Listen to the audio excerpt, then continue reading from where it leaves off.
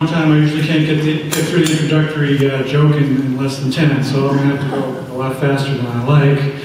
But the way of thinking about this is to show you a few slides that talk about a comparison between Skytrain and other modes, and most people don't understand. There's a lot of confusion out there about speed and about cost and about pollution and all these things.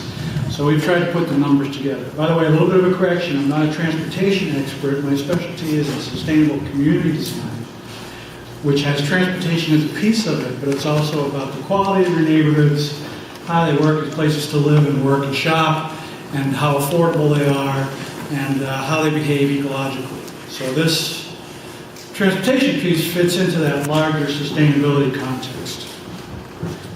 Well, I happen automatically. You have to write this down because it's very important. The website on the bottom has this information on it, shown in the two slides up front. If you don't have a pen with you, I have my business cards here. I can hand those out later, so you can get it that way. But the technical bulletins that have all this information in it are available for free download on that site. So it's really easy for you to get, quick to read. They're only 8 to 10 pages. So pulled from those are some of the most, I think, really cool and interesting pieces. Let's go to a little bit.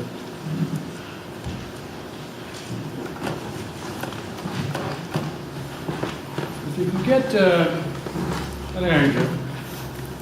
What's important is to get the numbers on that. So,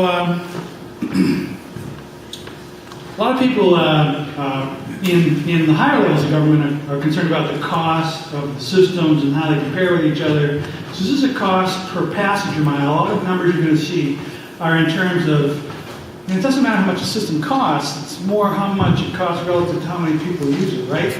So that's why the nomenclature here is in passenger miles. So we use the best statistics available from around the world and the region to kind of put these things together, and we're the first ones who've really done this. So we wanted to compare, and I don't think I made that real clear. Let's go back to the picture there for a moment. We wanted to make a basic comparison between two probable candidates. Skytrain on the left, which we know a lot about, we all have some familiarity with it, and another one on the right, which is quite promising, which is, some people might call it a streetcar, but I think it's better to call this a modern European-style tram. And this is a very popular conveyance mode in European cities, and some would say, and I'm in that group, that it works really well on existing commercial corridors such as Broadway.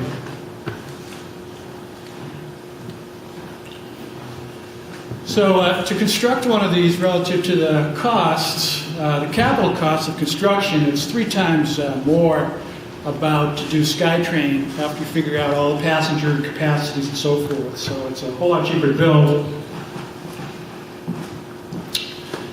And what's not well known is that Skytrain doesn't actually have a lot of capacity compared to other modes. Skytrain is really kind of a dinky subway deal. If you ride it a lot, you know that. It's like a Disneyland version of an actual subway. So you don't get very many people on it. So these other modes of conveyances, surprisingly, this tram actually gets you a lot more people on it per vehicle.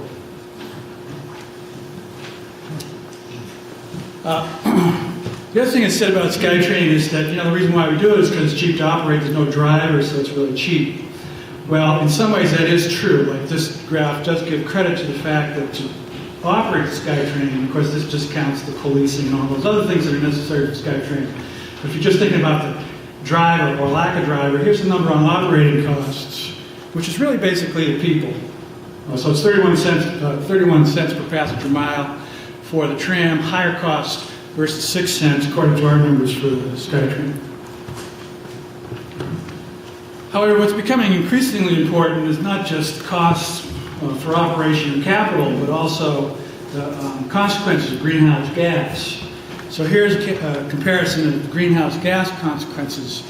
And you see that the tram actually runs at a better greenhouse gas consequence than does Skytrain for a lot of fairly subtle reasons. And these numbers don't even take into consideration the enormous amount of concrete that's required by a Skytrain system, whether it's underground or above ground. The concrete is a huge emitter of greenhouse gases. Something between 5 and 7% of global greenhouse gases now comes from